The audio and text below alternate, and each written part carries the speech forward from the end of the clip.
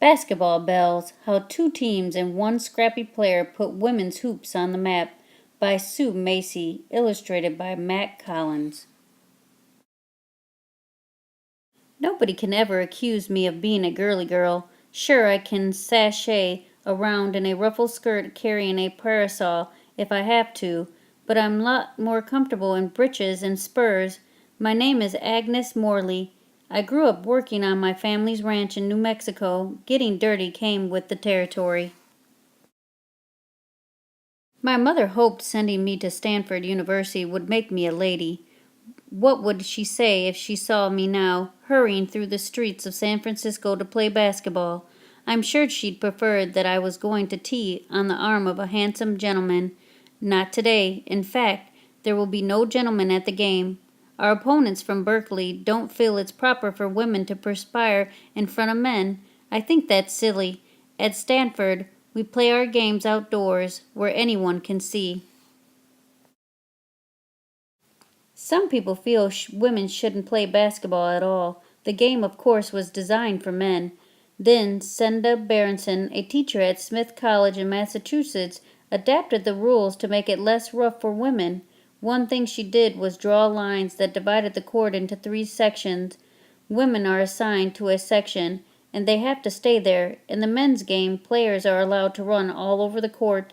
I don't think anyone knows what to expect today. After all, this will be the first basketball game ever played between 2 women's college teams. More than 500 ladies cheering at the top of their lungs welcome us into the arena. Actually, their behavior is anything but ladylike. The last time I heard such a roar, I was caught in a cattle stampede. As we take our positions, I block out the noise and study our opponents. It worries me that the Berkeley players are taller and heavier than we are.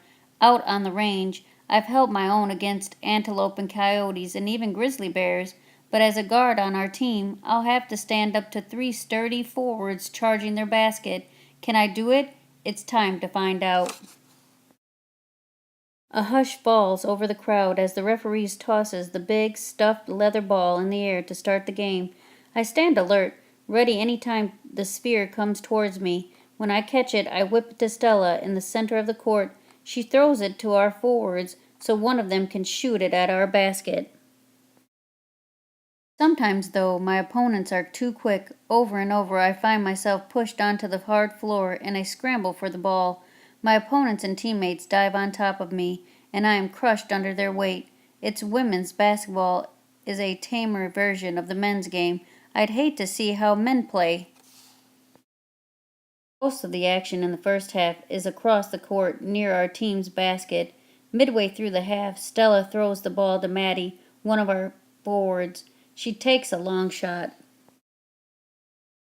Maddie's ball sails right in. We're ahead 1-0. We have the advantage now. 2 swift passes bring the ball into our hands of my teammate Frances, but her shot misses. Worse, it knocks the basket off kilter. We have no choice but to get the janitor and his assistant to fix it.